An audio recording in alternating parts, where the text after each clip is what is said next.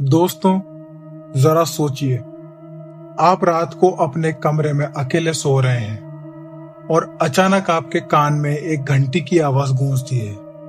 एक ऐसी घंटी जो किसी जिंदा इंसान की नहीं, बल्कि आपकी सगी माँ की है, जो कुछ दिन पहले ही मर चुकी थी। क्या बीतेगी आप पर? जी हाँ, आज हम बात करने जा रहे हैं इंडोनेशिया के हिस्ट्री की सबसे खौफनाक और रूह कांपने वाली मूवी पैगंबरी शैतान की, जिसे इंग्लिश में शैतान स्लेव्स भी कहते हैं। इस मूवी की कहानी इतनी अजीब और डार्क है कि इसे देखने के बाद लोग रात को लाइट बंद करके सोने से भी डरते हैं। अगर आप में सच में जिगर है तो इस वीडियो को आखिर तक देखना, क्योंकि ऐसी मूवी आपने पहले कभी नहीं देखी होगी।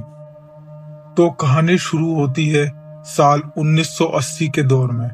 एक परिवार है जो शहर की भीड़ भाड़ से बहुत दूर एक सुनसान जंगल के किनारे बने पुराने लकड़ी के घर में रहता है। और सबसे डरावनी बात पता है क्या है? इस घर के ठीक पीछे एक बहुत बड़ा और पुराना कब्रिस्तान है, जहां हर वक्त अजीब सा सन्नाटा रहता है। इस परिवार में सबसे बड़ी बहन है रीनी, उसके 3 छोटे भाई हैं, टोनी, बोंदी और सबसे छोटा लैन, जो बेचारा बोल नहीं सकता, सिर्फ हाथों के इशारों से बात करता है। इनके साथ रहती है इनकी दादी, जो चल नहीं सकती और हमेशा व्हील चेयर पर रहती है, और इनके पापा। लेकिन इस परिवार पर दुखों का पहाड़ टूट चुका है। इनकी माँ मवरनी, जो कभी अपने जमाने की बहुत बड़ी और मशहूर सिंगर थी, अब एक ऐसी अजीब और गंदी बीमारी से पीड़ित है जिसमें उनका पूरा शरीर एक जिंदा लाश बन चुका है। वो ना तो हिल सकती हैं, ना कुछ बोल सकती है। वो बस ऊपर वाले कमरे में बेड पर लेटी रहती हैं और उनकी आंखें हमेशा खुली रहती हैं। उन्हें जब भी किसी को अपने पास बुलाना होता है तो वो अपने हाथ से एक पुरानी पीतल की घंटी बजाती हैं। जब भी ये आवाज पूरे घर में गूंजती है, बच्चों के जिस्म में एक ठंडक सी दौड़ जाती है। इलाज करवाते करवाते परिवार का एक एक पैसा खत्म हो चुका है और घर में खाने के लिए भी पैसे नहीं है। हालात दिन ब दिन खराब हो रहे थे और फिर आती है वो खौफनाक रात। बड़ी बहन रीनी रात को जब माँ के कमरे में जाती है तो उसके होश उड़ जाते हैं। माँ बेड पर नहीं थी, वो खिड़की के पास सफेद कपड़ों में खड़ी थी। बाहर तेज बिजली कड़क रही थी और उनका चेहरा खिड़की की तरफ था।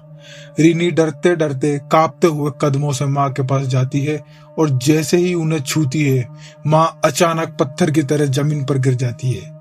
उनकी मौत हो चुकी थी। सबको लगता है कि माँ का दर्द खत्म हो गया, पर उन्हें क्या पता था कि असली डर तो अब उनके घर में घुसने वाला था। माँ को दफनाने के अगले ही दिन पापा को पैसे कमाने के लिए मजबूरी में शहर जाना पड़ता है। अब इस खाली और सुनसान घर में सिर्फ 4 बच्चे और बीमार दादी अकेले हैं। उस रात जब सब सो रहे होते हैं, रीनी को अचानक ऊपर वाले खाली कमरे से वही आवाज आती है जो उसकी माँ सबको बुलाने के लिए पीतल की घंटी बजाती थी। रीनी का पूरा बदन कांपने लगता है, उसके पसीने छूट जाते हैं, क्योंकि वो घंटी तो उन्होंने माँ के साथ ही मिट्टी में दफन कर दी थी। रीनी हिम्मत करके ऊपर जाती है तो अंधेरे में उसे अपनी मरी हुई माँ की एक भयानक साया दिखता है, जो धीरे धीरे उसकी तरफ बढ़ रहा होता है। डर अब हर कोने में था। सबसे छोटा भाई लैन, जो बोल नहीं सकता, वो रात को अकेले अपने खिलौनों के साथ खेल रहा होता है। तभी उस दीवार पर एक अजीब सा लंबा साया दिखता है। लैन डरने की बजाय उस साये की तरफ देखकर हंसता है, जैसे कोई उसे हवा में उठा रहा हो। अगले दिन दादी व्हील चेयर पर बैठकर एक चिट्ठी लिख रही होती है। उन्हें किसी बड़े खतरे का एहसास हो गया था, लेकिन इससे पहले कि वो चिट्ठी पूरी करती, उनकी व्हील चेयर अपने आप चलने लगती है। दादी चिल्लाना चाहती है, पर उनकी आवाज हल्की सी सरसराहट बनकर रह जाती है। व्हील चेयर उन्हें घसीटते हुए घर के पीछे बने एक बहुत ही पुराने गहरे कुएं के पास ले जाती है।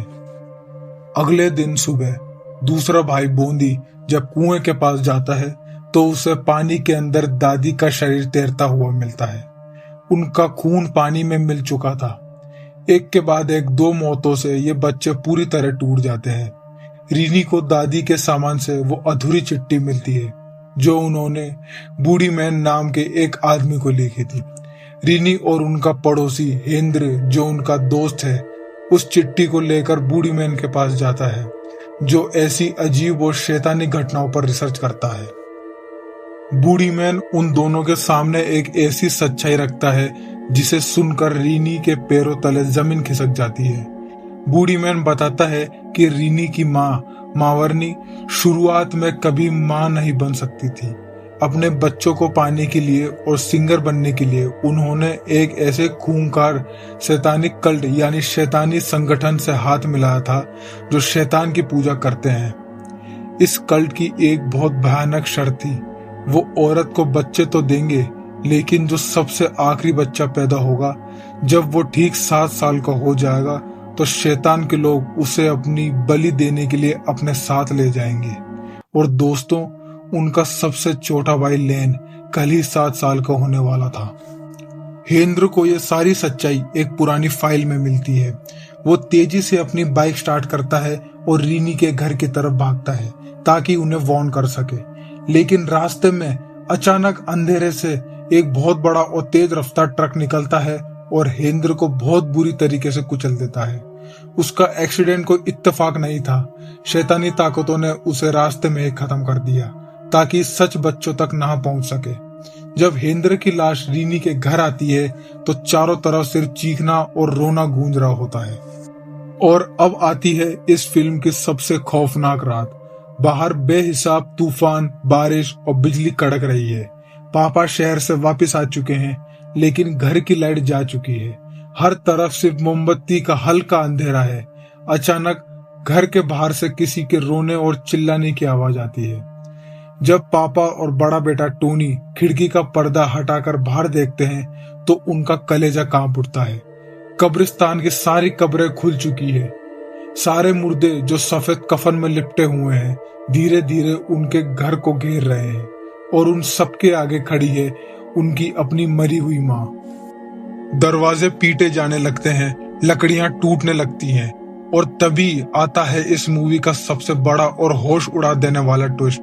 छोटा भाई लेन जो बचपन से एक लफ्ज नहीं बोल पाया था वो अचानक खड़ा होता है और एक अजीब भयानक शैतानी भाषा में जोर जोर से बोलने लगता है। वो हंसती हुई माँ की तरफ देखता है और शैतानी स्माइल करता है। तब परिवार को समझ आता है कि लेन कोई आम बच्चा नहीं, वो शैतान का ही अंश है और ये सारे मुर्दे उसे ही लेने आए हैं। वहां एक लोकल रिलीजियस उस्ताद उन्हें बचाने आता है पर शैतानी लाशें उसे भी दीवार पर पटक पटक कर मार देती हैं। जब सब कुछ खत्म होने वाला होता है तभी बूढ़ी मैन अपनी गाड़ी लेकर वहां पहुंचता है। रीनी, टोनी, बोंदी और उनके पापा किसी तरह खिड़की से कूदकर गाड़ी में बैठते हैं और वहां से भाग निकलते हैं, लेकिन उन्हें लेन को हमेशा के लिए उस शैतानी मौत के कुएं में छोड़ना पड़ता है। 1 साल गुजर जाता है। ये परिवार अब एक नए शहर के एक अपार्टमेंट में रह रहा है। उन्हें लगता है कि वो सेफ है, लेकिन फिल्म के आखिरी सीन में कैमरा उनके पड़ोस के कमरे में जाता है जहां वही पड़ोसी औरत दरमिना बैठी है जो असल में उस शैतानी कल्ट की मेन लीडर है। वो कैमरे की तरफ देखती है और कहती है, इन्हें लगता है ये बच गए, अभी तो खेल शुरू हुआ है। तो दोस्तों, ये थी पैगंबरी शैतान की कहानी। अगर इस कहानी ने आपकी रातों की नींद उड़ा दी हो तो इस वीडियो को एक लाइक जरूर देना। चैनल पर नए हो तो सब्सक्राइब किए बिना मत जाना ताकि अगली वीडियो आपसे मिस ना हो जाए।